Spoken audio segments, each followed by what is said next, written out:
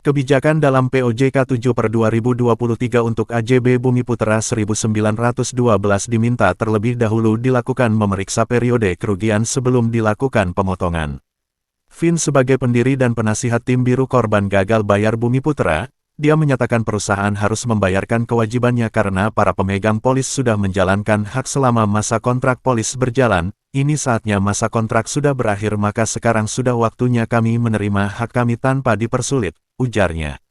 Perlu diketahui, dalam POJK 7/2023 disebutkan bahwa kerugian asuransi usaha bersama terlebih dahulu dibebankan pada dana cadangan. Namun, apabila dana cadangan tidak mencukupi, maka kerugian dibebankan kepada anggota.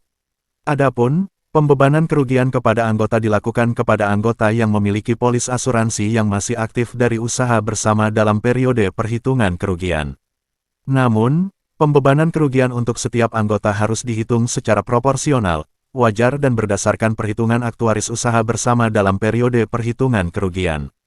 Sebagaimana diketahui, OJK menerbitkan POJK 7/2023 yang terdiri dari 6 pokok substansi pengaturan, salah satunya memuat pemanfaatan keuntungan dan pembebanan kerugian.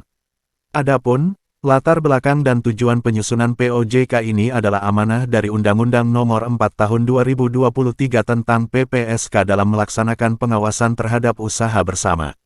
Selain itu, juga perlu diatur mengenai ketentuan tentang tata kelola dan kelembagaan perusahaan asuransi usaha bersama, serta penegakan kepatuhan kepada usaha bersama. Aturan dalam POJK 7 ini akan diterapkan di usaha bersama. Di samping itu, POJK 7 tersebut merupakan amanat dari UU P2SK, ungkapnya. Menurutnya, berdasarkan UU 40 tahun 2014 tentang perasuransian menyebut bahwa usaha bersama hanya yang ada saat ini sehingga tidak akan ada usaha bersama lainnya. POJK berlaku sejak diundangkan tanggal 11 Mei tahun 2023.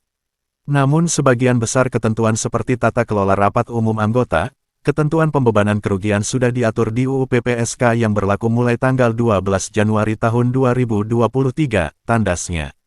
Berdasarkan pantauan kontan.co.id, satu-satunya asuransi usaha bersama di Indonesia yaitu Asuransi Jiwa Bersama AJB Bumi Putra 1912.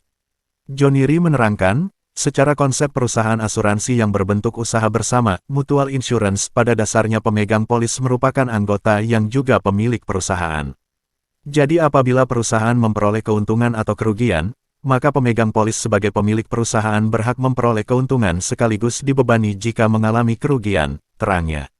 Dia menegaskan, UU P2SK dan POJK 7/2023 ini lebih menegaskan kewajiban pelaksanaan pemanfaatan keuntungan dan atau pembebanan kerugian yang belum dilakukan AJB Bumi Putra. Di mana, kata dia, Bumi Putra seharusnya telah melakukan sejak jauh-jauh hari saat mengalami kerugian atau keuntungan. Sebagai pemilik perusahaan, pemegang polis akan tetap terdampak atas kerugian disebabkan oleh manajemen perusahaan, layaknya perusahaan lainnya. Mekanisme pertanggungjawaban manajemen usaha bersama dilakukan melalui rapat umum anggota, RUA, yang fungsinya mirip RUPS dalam perseroan terbatas, pungkasnya.